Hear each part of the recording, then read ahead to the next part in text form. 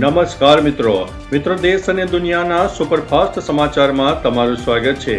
દરિયાઈ સુરક્ષા માટે નવું ફંડ।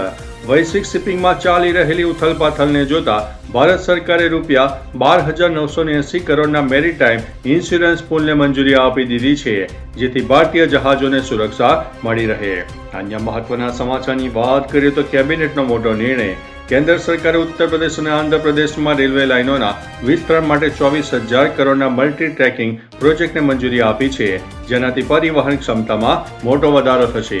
આગળ વાત કરીશું મિત્રો પશુપાલન સહાયની। પ્રાકૃતિક ખેતી કરતા ખેડૂતો માટે ગાયના નિભાવ ખર્ચ પેટે મળતી ₹10,800ની વાર્ષિક સહાય માટેના ફંડમાં સરકારે વધારો કર્યો છે, જેનો લાભ વધુ ખેડૂતો લઈ શકશે।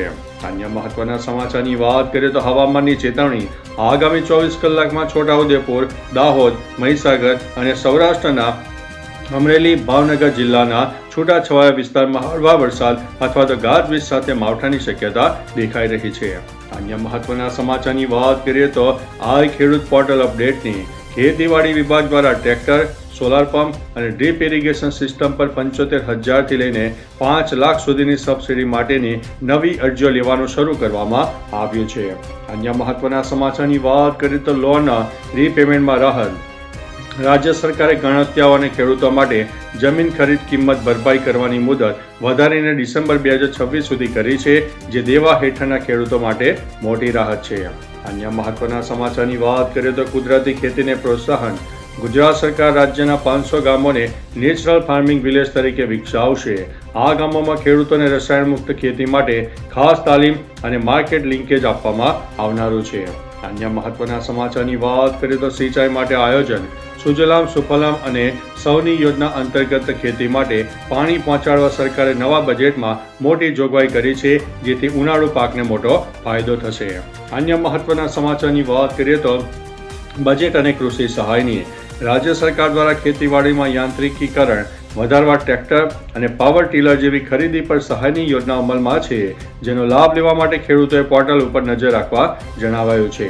ત્યારે મિત્રો આગળ વાત થશે બજાર ભાવની, જેમાં માર્કેટયાર્ડમાં ખાસ કરીને ઊંઝા માર્કેટયાર્ડમાં તમાકુના ભાવમાં ઘટાડો જોવા મળ્યો છે, જેમાં 1,500 થી 1,800 રૂપિયા પ્રતિ 20 કિલોએ આસપાસ નોંધાયા છે, જ્યારે જીરું અને રાયડાના ભાવમાં મિશ્ર પ્રતિસાદ જોવા મળ્યો છે।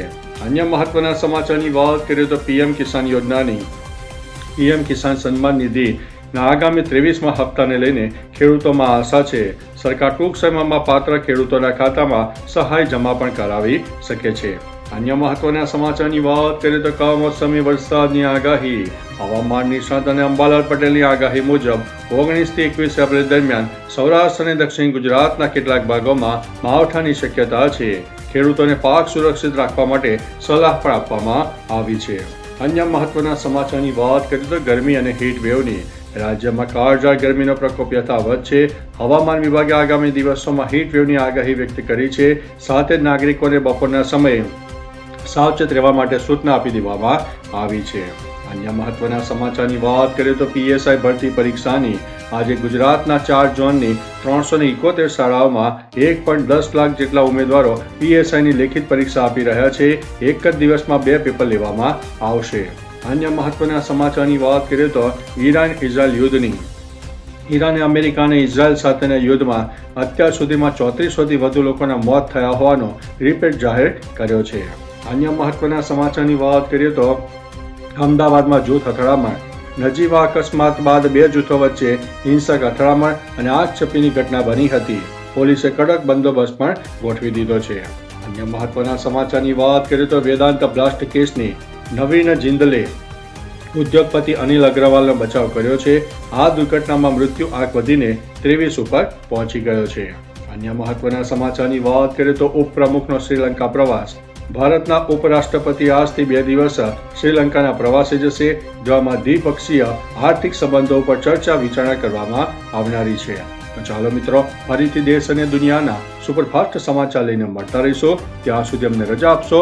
નમસ્તે।